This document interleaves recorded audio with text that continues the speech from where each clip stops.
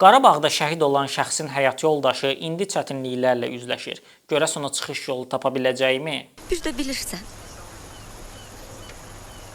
mən yiyəsiz deyiləm. Şəhid arvadıyam.